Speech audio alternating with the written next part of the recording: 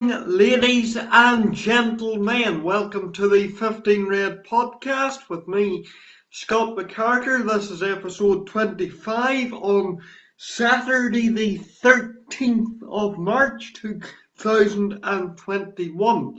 I'm here in County Tyrone in Northern Ireland. As has sort of become the norm in recent Saturdays, I'm in the chair myself tonight, so it will be a relatively brief programme. My other two colleagues will be back tomorrow evening at 6 o'clock, God willing. Tonight we begin by wishing the 6-time ranking event winner and 2004 United Kingdom champion Stephen Maguire a very happy 40th birthday.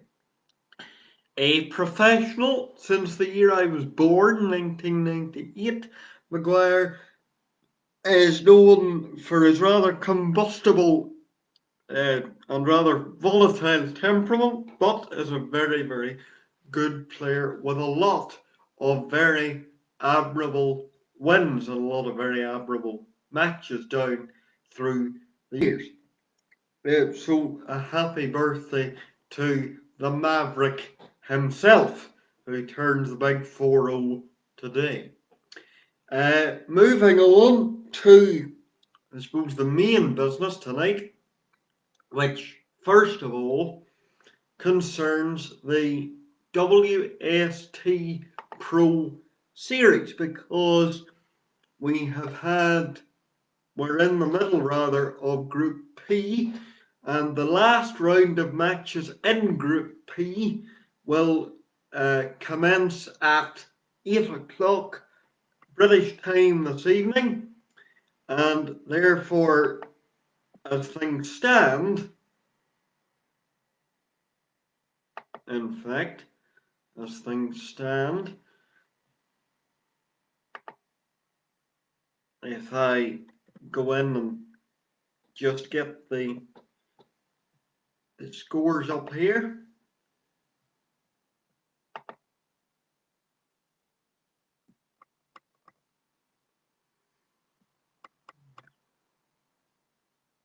Here we go, yes. And Mark Williams tops the group with 15 points. Robert Milkins in second place with 12. Oliver Brown in third with 9. Then Nigel Bond and Gao Yang each have 6. And then Robbie Williams, Florian Nuttall and Alex Crenshaw bring up the rear with 3. So Williams and Milkins are in the pole position to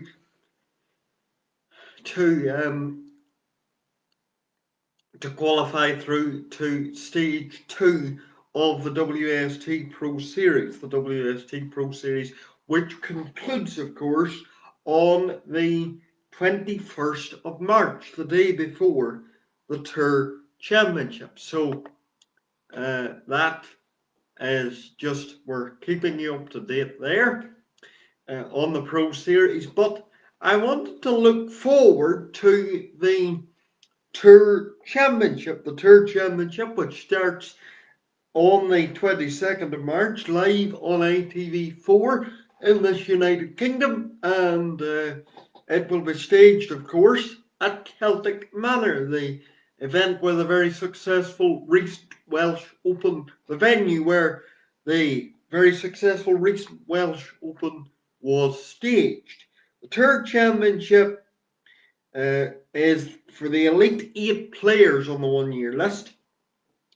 And in fact, we know who the players will be that will be competing in it, or we know at least 7 of them. And the 7 that are confirmed as playing in it are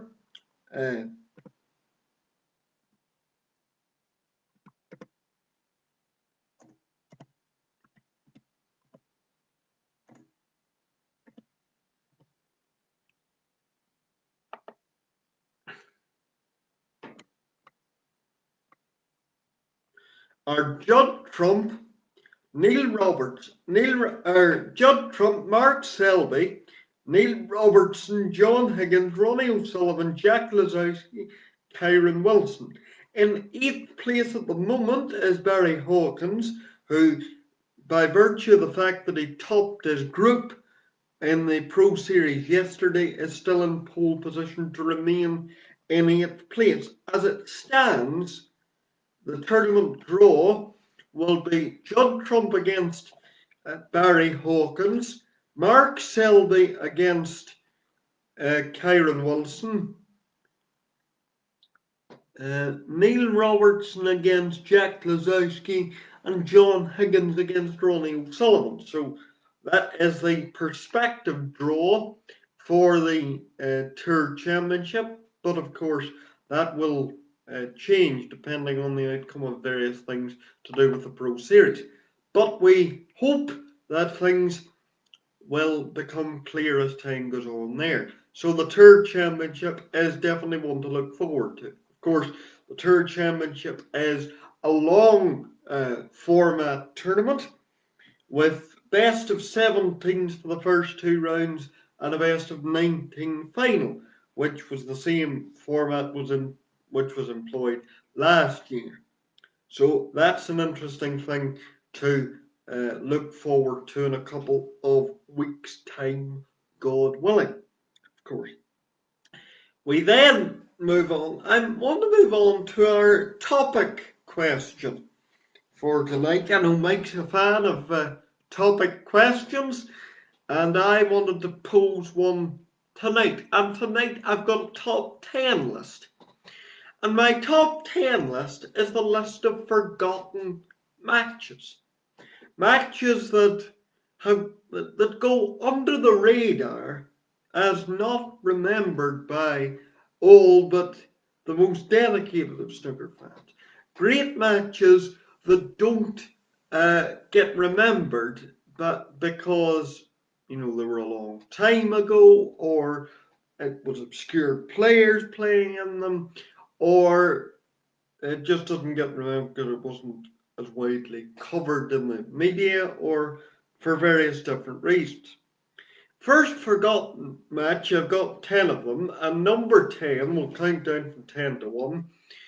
Number 10 is the 1996 British Open final between Nigel Bond and John Higgins. Now, John Higgins was the defending British Open champion, having beaten Ronnie O'Sullivan in the British Open final the previous year in 1995, and he was widely expected to hammer Nigel Bond, really, because of course Nigel Bond was the heavy underdog. He'd been to the World Final the previous year, of course, but hadn't yet won a ranking tournament. So John was a heavily a very short price favourite to beat him.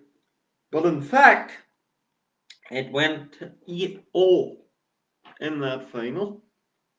And it went not only 8-all, but it went down to the very final black in a repeat scenario of the 1985 World Final, of course. And of course, at one stage in that final frame, Higgins had got enough to leave Bond leading snookers. But Bond rather got the snooker and cleared up, but was left with this tricky black. And after missing the black and a safety duel on the black, Bond potted an absolutely tremendous black to win it by 9 frames to 8. So that was a tremendous final and a forgotten match in my eyes. Another match that number 9 is the 1985 Grand Prix final between Steve Davis and Dennis Taylor. Now this, of course, was the next BBC televised tournament after the 1985 World Championship. And therefore, everybody was waiting to see, will Steve get his revenge, or will Dennis take the positives from earlier in the year and win against Davis again. Well, of course, the former proved to be the outcome because Steve won by 10 frames to 9 and restored his his dominance over Dennis Taylor, even after losing in the World Final earlier in the year. So that's two of the forgotten matches. The third, number 8 in the forgotten match category, is a World Championship quarter final from 2002. Stephen Hendry against Ken Doherty. The standard was extraordinary. In the 25 frames, and it went the full 25 frames, Hendry won 13-12, obviously finished up as runner-up to Peter Ebdon, but it went 13-12, and there were 6 centuries, 3 from Hendry and 2 by Doherty. The standard was tremendous. It was a wonderful match, and what was a really wonderful World Championship actually in 2002. So, that 2002 quarter final between Doherty and Hendry certainly deserves to be recalled from the archives, and I'll put, after the broadcast tonight, I'll put some of the YouTube footage from that quarter final on the group, so you can see that and see the extraordinary match it was for yourselves. Number 7 is the 1986 World Quarter Final between Joe Johnson and Terry Griffiths. Everybody remembers that he beat Davis in the final, Joe Johnson did, but nobody remembers what he did in the quarter final. And that was he beat Terry Griffiths 12-9, or 13-12, from 12-9 down, including 2 centuries. I suppose it was the typical case of I'll let my arm loose because I'm going to lose, because he couldn't foresee any way back into the match, so he just swung his arm with a view, and they happened to be going in. So that's number 7. Number 6 is the 1989 Irish Masters final between Stephen Hendry and Alex Higgins. Now, Alex was well past his best at this stage, and Stephen was well expected to beat him because he was past his best with Alex. And so he couldn't have been expected to replicate his old magic, but he did, and he beat Hendry, and he played extremely well with a broken foot as well. So that was an extraordinary achievement for Alex. So that's another forgotten match. Number 5, I think we're on now. Number 5 is the 1993 Asian Open between Dave Harold and Darren Morgan. Darren Morgan was defeated by Dave Harold by 9 frames to 3. That was Dave Harold's only ranking event, and he was an even bigger outsider than Joe Johnson. He was about 200-1. And somebody, I believe, one of his friends, stuck a tenner on him to win that prize. So he got quite a bit of money. So he got quite rich from that one snooker bet that he put on. Number 4, we're getting close to the end, but number 4, one of my favourite forgotten matches, a more recent one, but one that I don't think gets talked about enough as a real classic, was the 2018 Champion of Champions final. I've got another Champion of Champions final on the list as well, but a couple of Champion of Champions final. But 2018 between Kyron Wilson and Ronnie O'Sullivan. Tremendous final. Went 10-9. O'Sullivan won it with a century. It was absolutely brilliant. The standard through it was unbelievable. And Ronnie again triumphed by 10 frames to 9. The other Champion of Champions final I've got as the next one, this number 2, was the 2014 final between O'Sullivan and Trump. It was brilliant. It was brilliant. 6 centuries between them, and Trump at one stage looked out of it, but absolutely exploded by 10 frames and eventually lost. When he could have lost about 10-2, he lost only by 10 frames to 7. So that was absolutely tremendous from Judd, and he produced a tremendous comeback. And then my number one forgotten match, and not really that it's forgotten, because there is archive footage of a lot of these tournaments, but you know, I'm talking about among sort of snooker people, they don't really get talked about as real good matches, which they were. But my number one forgotten match is the 2016 UK Championship final between O'Sullivan and Selby. And we know they played some classics down through the years. We know about their world final. We know about their, 3 Masters finals. We know about all that.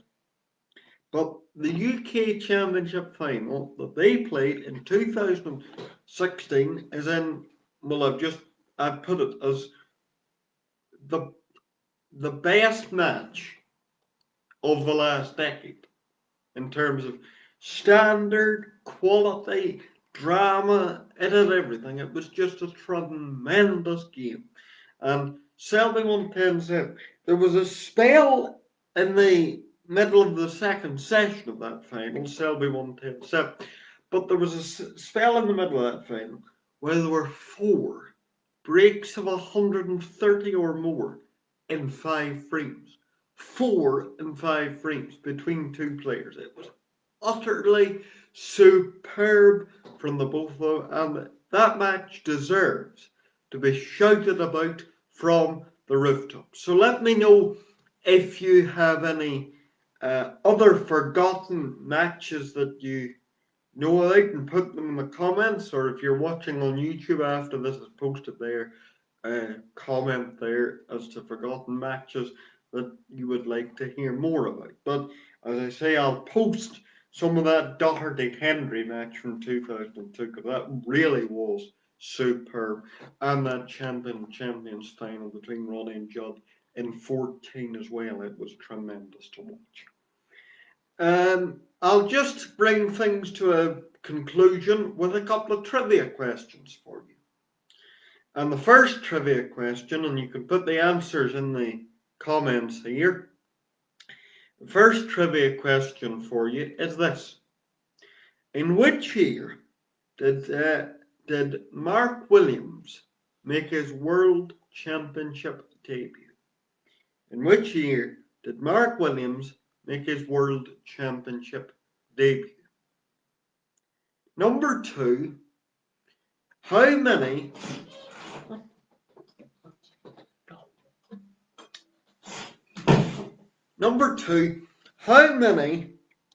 World Championships have been played? How many World Championship finals have been played the full distance? How many World Championship finals have gone the full distance of 35 frames? Since 1980, when the 35 frame format was introduced. That's 2. 3. We've got, in which year did Alex Higgins make his last Crucible appearance? In which year did Alex Higgins make his last Crucible appearance? Number 4, another Mark Williams question. Mark Williams won the Welsh Open in 1996 for his first ranking title. But who did he defeat in the final?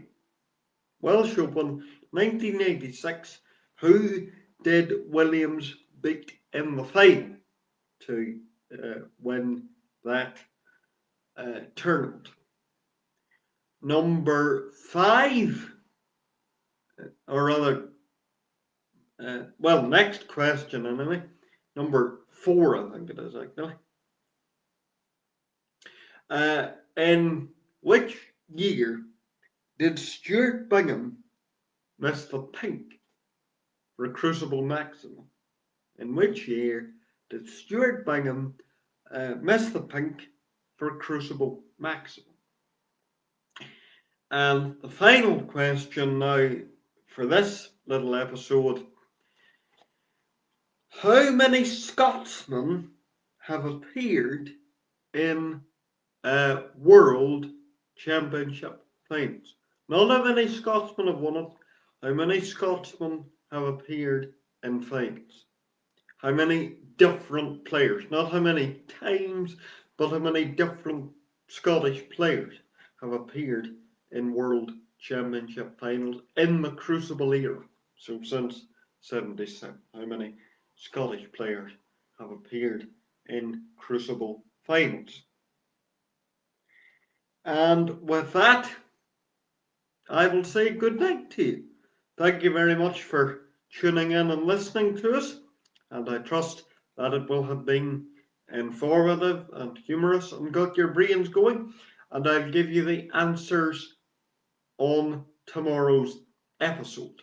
I'll let you breathe over those and give you the answers on tomorrow's episode.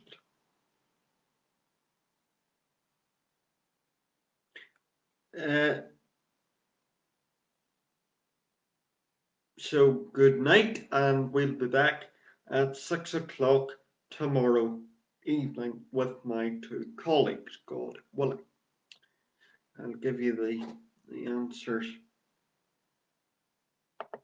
then. Good night.